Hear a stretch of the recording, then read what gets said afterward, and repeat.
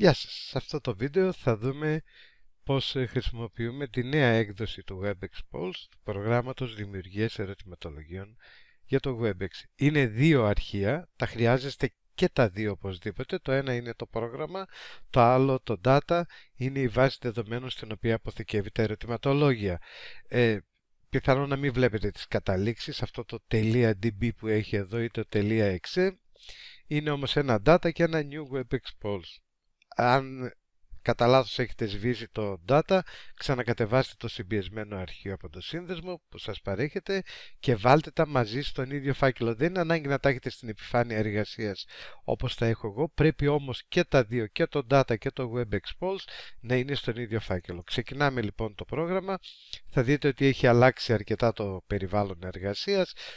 Ξεκινάμε φτιάχνοντας το πρώτο μας ερωτηματολόγιο.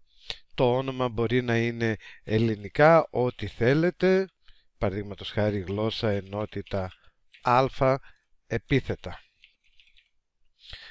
Τα γνωστά, ο χρόνος, η διάρκεια σε λεπτά, αν θέλετε να έχει χρόνο το ερωτηματολόγιο, τη διάρκεια, αυτό φυσικά αλλάζει και μέσα από το WebEx, ο τύπος της ερώτησης την οποία θέλετε να φτιάξετε, είναι η λέξη άγριος επίθετο.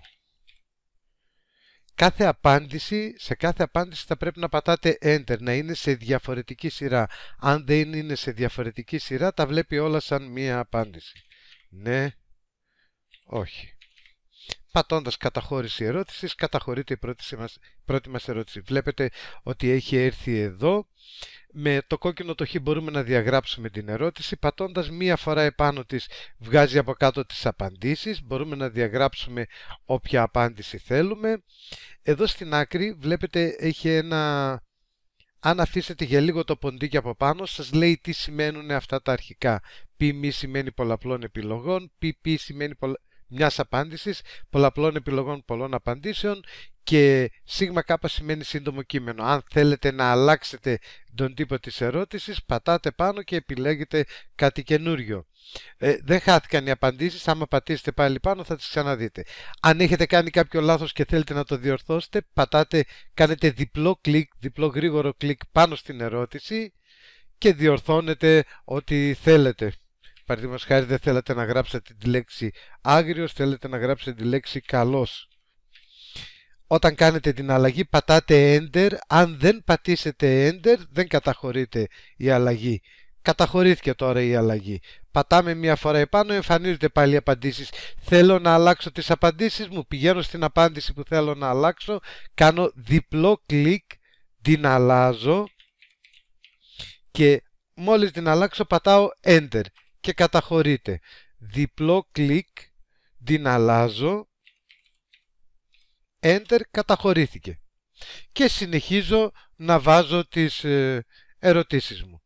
Πατώντας νέο ερωτηματολόγιο αποθηκεύεται αυτό και ετοιμάζομαι να φτιάξω ένα καινούριο. Πατώντας το κουμπί που λέει διαχείριση ερωτηματολογίων, ανοίγει εδώ μια καινούρια καρτέλα, μας δείχνει τα αποθηκευμένα ερωτηματολόγια. Μπορώ να εξάγω ένα ερωτηματολόγιο στο αρχείο του WebEx. Πώς το εξάγουμε? Επιλέγω πρώτα αυτό που θέλω, πατάω εξαγωγή, μου ζητάει να επιλέξω έναν φάκελο. Εγώ έχω από επιλογή το desktop, δεν γράφω τίποτα εδώ που λέει folder, πατάω select folder, να το αρχείο δημιουργήθηκε, είναι έτοιμο να το εισάγω στο WebEx. Μπορώ να το επεξεργαστώ αυτό, το επιλέγω και μετά πατάω επεξεργασία, μου φέρνει τις ερωτήσεις εδώ και ανάλογα διορθώνω ή αν θέλω μπορώ να προσθέσω καινούργιες ερωτήσεις. Παραδείγματος χάρη πολλαπλών επιλογών πολλές απαντήσεις. Ποιες από τις παρακάτω λέξεις είναι επίθετα? Και γράφω τις λέξεις μου πατώντας Enter κάθε φορά.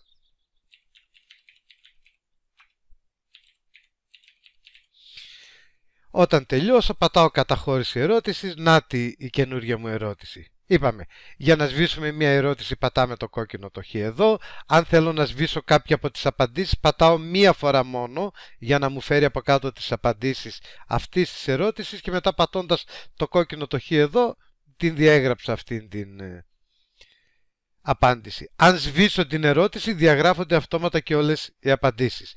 Το κουμπάκι εδώ από κάτω βγάζει το μενού για βοήθεια.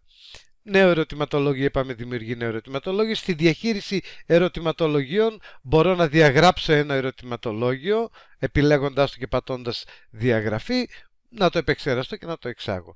Αυτό ήτανε. Πιστεύω ότι είναι εύκολο, πολύ εύκολο στη χρήση. Αν παρελπίδα έχετε κάποιο πρόβλημα, μην διστάστε να επικοινωνήσετε μαζί μου στο email που βλέπετε εδώ και στα social media. Σας ευχαριστώ πάρα πολύ.